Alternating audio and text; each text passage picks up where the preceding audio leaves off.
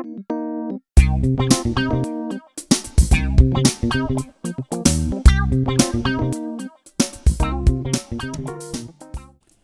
til Den Forbløffende Tryllekunstner. En serie, hvor vi løfter tæppet og afslører det største illusionsnummer i verden. Vores egen oplevelse. Føler du dig nogensinde fanget af dine egne tanker, overvældet af dine følelser? Hvad hvis jeg fortalte dig, at der er en helt anden måde at forstå din oplevelse på?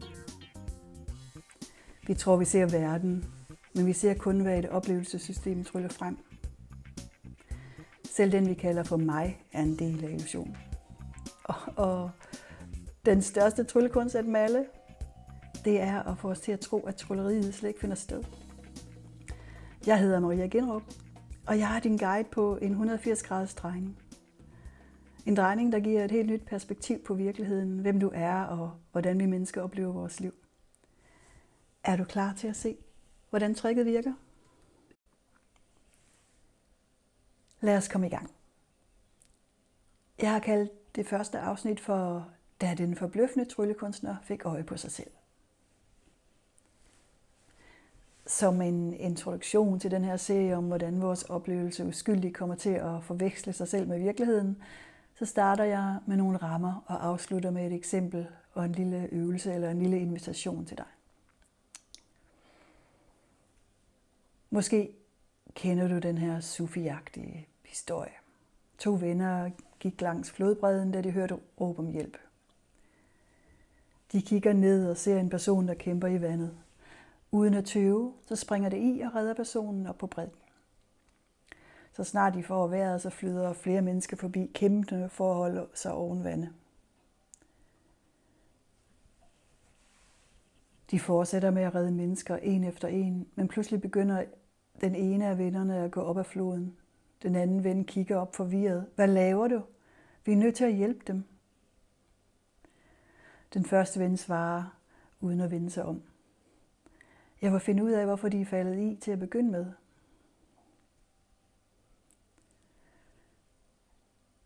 Hvis et menneske oplever, at jeg er ved at drukne i problemer, så har psykologien traditionelt begyndt i detaljerne af oplevelsen. Hvad er problemet, og hvordan løses det? Hvem er mennesket i problemet? Hvordan kan det menneske blive stærkt nok til at klare problemerne? Vi kan kalde det for den psykologiske underskudsmodel. Der skal noget til, for at vi kommer videre, værktøj, selvværd og den slags ting. Men det, der opleves og oplevelsen selv, er ikke det samme. Eksempelvis så er vores oplevelse af vores eks og eksen selv ikke det samme.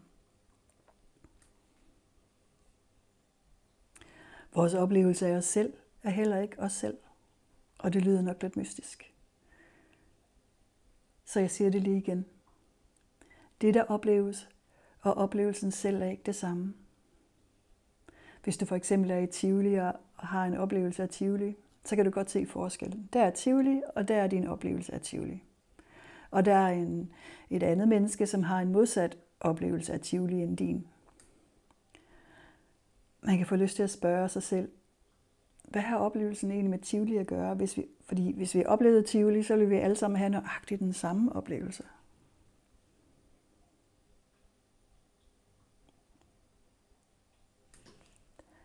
Her er lidt at reflektere over.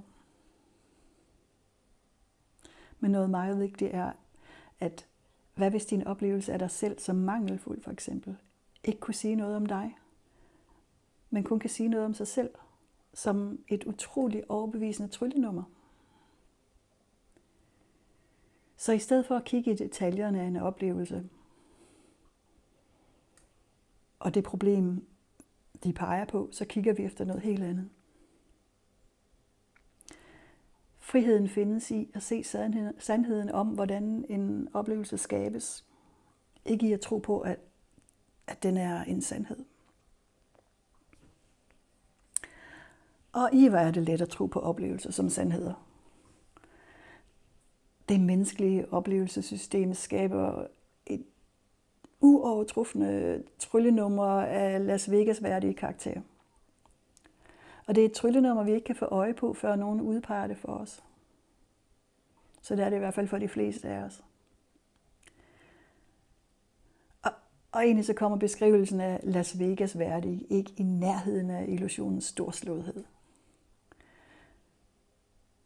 Den beskrivelse, som jeg synes kommer nærmest, er det billede, som kaldes for Deep Field Image. Det er det, som forklarer storslåetheden bedst. Jeg kan anbefale at finde det frem på nettet, men jeg vil lige fortælle dig lidt om det. I 1995 så bestemte man sig for at pege Hubble-teleskopet ud på et sted på stjernehimlen, hvor der ikke var sket noget. Man valgte en kedelig sort plet, hvor der ikke var noget at se. Til alle store overraskelser, så viste Hubble-teleskopet et stort antal lysende prikker, der hvor der før ikke havde været noget at se. Og det er i sig selv ret formidabelt. En overraskelse. Efter man havde sendt James Webb-teleskopet op i 2021, så kunne man se det hele klare, så man fik et nyt Deep Image billede. Deep Field Image. Metaforen her er jo, at jo mere vi kigger, jo mere ser vi.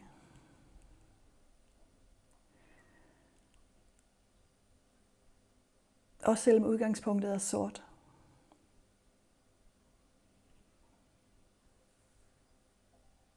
Men måske drejer det sig om en bestemt slags kiggen. En nysgerrighed. Men tilbage til Deep Field Image, for det kæbetabende fortsætter. Hver prik på Deep Field Image viser sig at være en galakse. Og en galakse er en enorm samling af stjerner, planeter, gas, støv og mørk materie. Og hver galakse kan have millioner til helt op til trillioner af stjerner.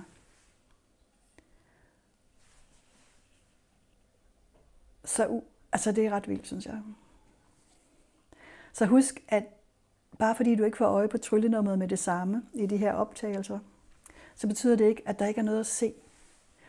Men du skal være nysgerrig nok til at hænge ud i det uvisse, indtil der viser sig noget nyt.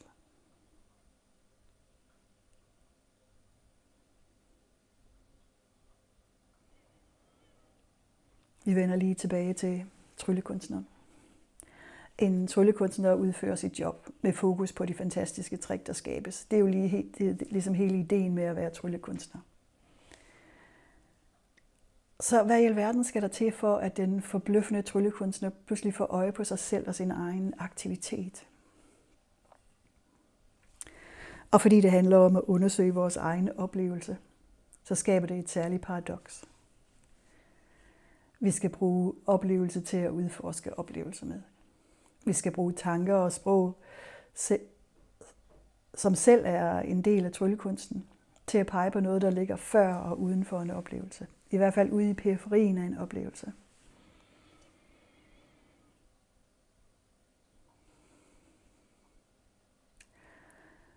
Naturforskeren professor Ian McGilchrist beskriver det på en smuk måde. Han siger, at det er et paradoks, at vi må bruge den venstre hjernehalvdel, sprogets hjerne, til at beskrive den højre hjernehalvdels frie, åbne og levende overblik. Vi bruger altså et mere snævert redskab til at pege på noget større. Men selvom det er et paradoks, så er det faktisk muligt. Men det er ikke muligt ved at finde argumenter eller beviser.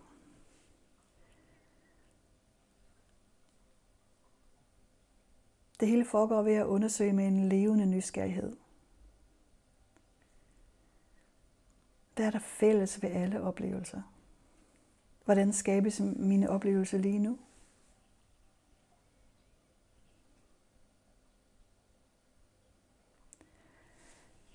En af de ting, som er effektive, når oplevelsen skal få øje på sig selv, er brug af personlige oplevelser og indsigter. Fordi personlige oplevelser virker så ualmindeligt uvidenskabelige. Det får mig altid til at tænke på kosmologen og matematikeren professor Bernard Carr. Han siger, at hans kolleger ofte ikke tager ham så seriøst, fordi han ikke arbejder derude i det, han kalder for tredje person, derude i verden, hvor vi kan se beviserne. Han arbejder ved at kigge ind i sin egen oplevelse også. Han arbejder blandt andet med bevidsthed og sådan nogle ting.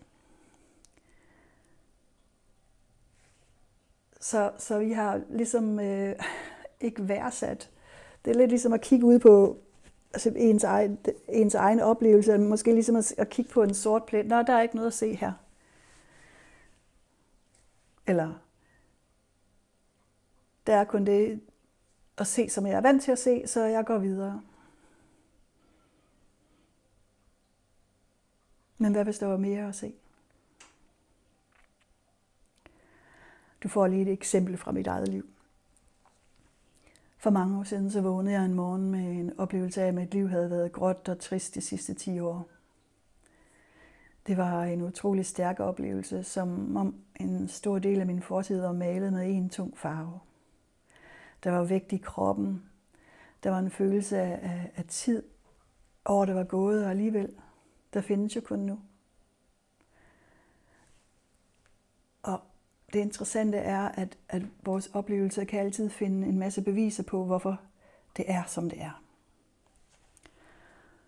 Og de ser sande ud. For eksempel så havde jeg haft, inden for de 10 år, så havde jeg haft kræft 2 gange. Et nær familiemedlem var død. Jeg havde mistet penge i finanskrisen. 2 forhold var gået i stykker. Og jeg var flyttet tilbage til min mor som voksen, efter 25 år i Skotland. Alt sammen perfekte argumenter for, at mit liv havde været hårdt, tungt og tragisk. Og det så helt logisk ud. Når vi taler om den slags ting, er det normalt, at de beskrives som forfærdelige, svære og triste. Men i virkeligheden er hændelserne neutrale. Det er oplevelsen, der skaber følelsen og vægten. Men så skete der noget. Jeg huskede på, at jeg året før havde fået en indsigt i de 3 principper, som er en psykologisk forståelse af Sydney Banks. Og det handler om, hvem vi er og hvordan vi oplever vores liv. Og de misforståelser, der sker. Så det dukkede en lille tanke op, som sagde, hvad hvis det her er lavet af tanker? Og i samme øjeblik sagde det, puff, og al tyngden forsvandt. Og det var ikke fordi, jeg tænkte positivt. Ikke fordi jeg prøvede at omformulere det. Ikke fordi jeg prøvede at rationalisere det. Ikke fordi jeg prøvede at gøre noget aktivt. Jeg så det bare. Jeg forstod det. Og jeg kunne stadigvæk tænke på de ting, der skete. Altså på kræften, på dødsfaldet, tabene. Men det uden tyngde og personlighed. Og fordi der var kommet plads i oplevelsessystemet, så kunne jeg se mere.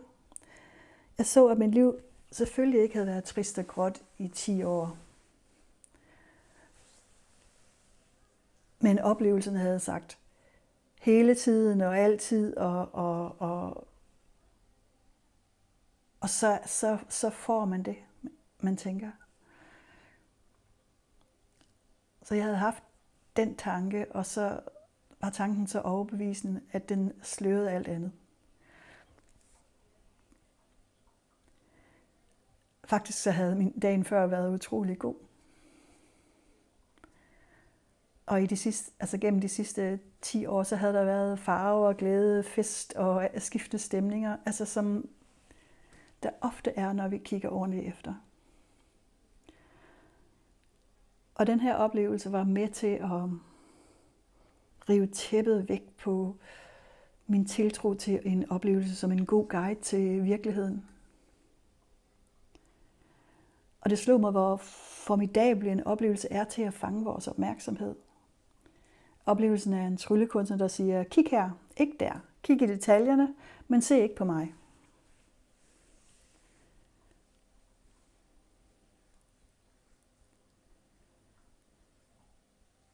Det føles så ægte, så logisk, så selvbekræftende.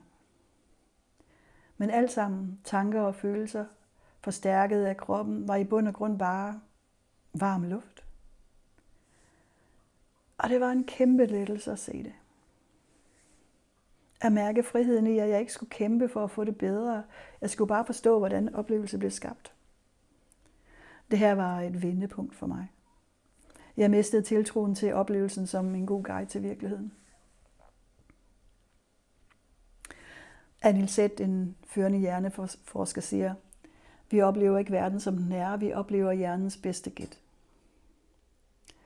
Sam Harris, som både er filosof og neurolog, taler om, hvordan tanker og følelser dukker op i bevidstheden uden for vores kontrol, og hvordan vi let bliver fanget i den, hvis vi ikke opdager, hvad det er, der sker. Og David Bohm, kvantefysikeren, som ikke er her mere, han sagde, tanker skaber vores verden, og siger så, det var ikke mig, der gjorde det. Altså, det er en tryllekunstner ekstraordinær. Fælles for de her udtalelser er et enkelt, men kraftfuldt punkt. Vores oplevelse af konstruktioner, de føles virkelige, men de er ikke virkeligheden selv. Jeg afslutter lige med noget, du kan undersøge for dig selv. Traditionelt så snakker vi om, at vi kan have en subjektiv og objektiv oplevelse. Det ser ud som om, at der er min oplevelse, og så er der en objektiv oplevelse. Men hvis du kigger efter grænsen i en subjektiv og objektiv oplevelse, hvor er den henne?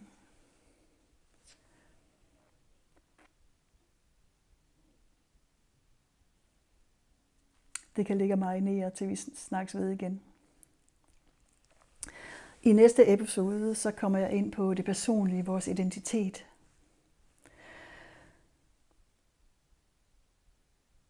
Som er central i det her tryllenummer.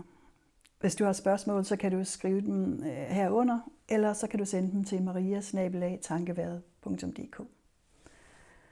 Mange tak, fordi du lyttede med.